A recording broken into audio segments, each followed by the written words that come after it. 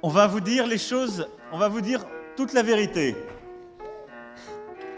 Depuis hier et jusqu'à dimanche se tient à Montreux la 67e réunion annuelle du groupe Bilderberg. Quelques 130 personnalités parmi les plus influentes d'Europe et d'Amérique du Nord débattent des grands enjeux planétaires, du réchauffement climatique au Brexit, en passant par l'avenir de l'intelligence artificielle. Mais rien ne sortira des délibérations, puisque tous les participants se sont engagés à garder secret le contenu de leurs échanges, respectant la règle dite de Chatham House. Reto Tsenezan, bonjour. Bonjour monsieur. Vous êtes un entrepreneur actif à Zurich et vous êtes l'un des participants à cette réunion. Oui, nous sommes 128 réunis pendant 4 jours à l'hôtel Montreux Palace qui a été entièrement réservé pour nous, les gens importants. Tous les autres, c'est Raus. Des participants issus du monde de l'économie comme vous, de la politique et des milieux académiques. Et à part vous, il y a 6 Suisses. Oui, il y a le patron de Credit Suisse, Tidjane Thiam. Et...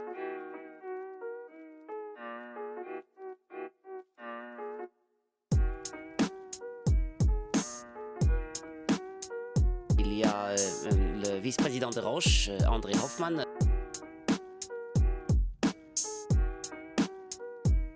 L'entrepreneur André Krudelski.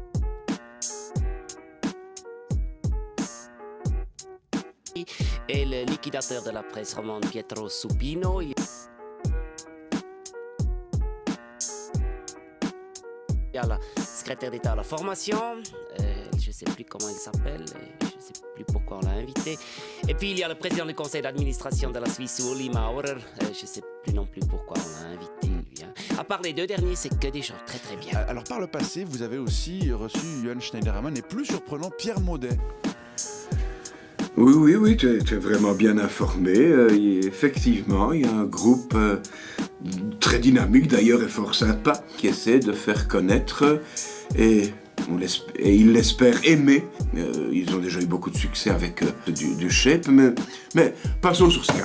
C'était en 2015. Oui, chaque année on invite un clown pour l'animation. Il faut un peu rigoler, sinon 4 jours ça passe long. Alors la réunion essuie de nombreuses critiques. On lui reproche notamment de faire l'apologie du libéralisme et d'être très orienté à droite.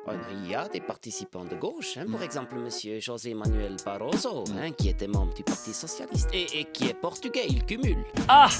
Oui, mais l'ancien président de la Commission européenne est aujourd'hui président non exécutif du conseil d'administration de la banque Goldman Sachs, qu'on accuse d'être co-responsable de la crise financière de 2008. Donc, monsieur Barroso a appris de ses erreurs de jeunesse, c'est une qualité.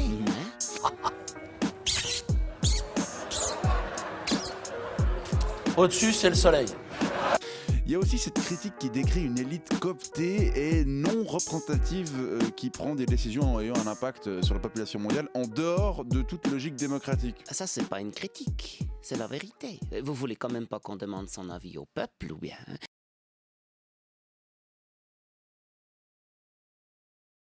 Non, les sujets qu'on traite, ils sont beaucoup trop importants pour qu'on prenne ce risque, monsieur. Et la critique d'opacité, qu'aucun compte-rendu des débats soit publié, bref, qu'on sache rien de ce qui est discuté. D'abord, il n'y a pas vraiment des débats. Vous savez, quand vous réunissez des gens qui sont tous d'accord, ça ne crée pas du débat, ça crée des discussions sympathiques. Je pense qu'aujourd'hui, on vit quand même un peu sous une forme de dictature. La dictature du court terme, la dictature des lobbies, la dictature de la finance. Donc il y a une confrontation violente entre la démocratie et effectivement des formes d'intérêt qui ne correspondent pas à ceux des citoyens ou de l'intérêt général des humains et de la planète. Et puis, il faut dire, il y a des discussions qui pourraient un petit peu choquer le peuple si elles étaient retranscrites. Ouais. Vous savez, entre nous les puissants, on se dit la vérité, on ne fait pas du politiquement correct. Pour exemple, si je vous dis... ne prenons pas des mesures contre le réchauffement climatique. On s'en fout du réchauffement climatique. Ça concerne que les pauvres qui puent et qui sont moches. Oui, ce serait un petit peu choquant. Ça. Oui, pourtant c'est la vérité. Donc d'abord, s'il y a des dernières volontés, c'est maintenant. Alors face à ça, on s'est retrouvés à quelques-uns avec Peter et Bill et on a essayé de voir ce qu'on pouvait faire nous. Et donc, je sais la demande qui était faite à la France de ne pas simplement faire 15% d'augmentation, mais d'aller, on me l'a encore dit ce matin, à 20%. Donc nous allons mettre 60 millions d'euros en plus côté français à notre contribution pour faire les 20%.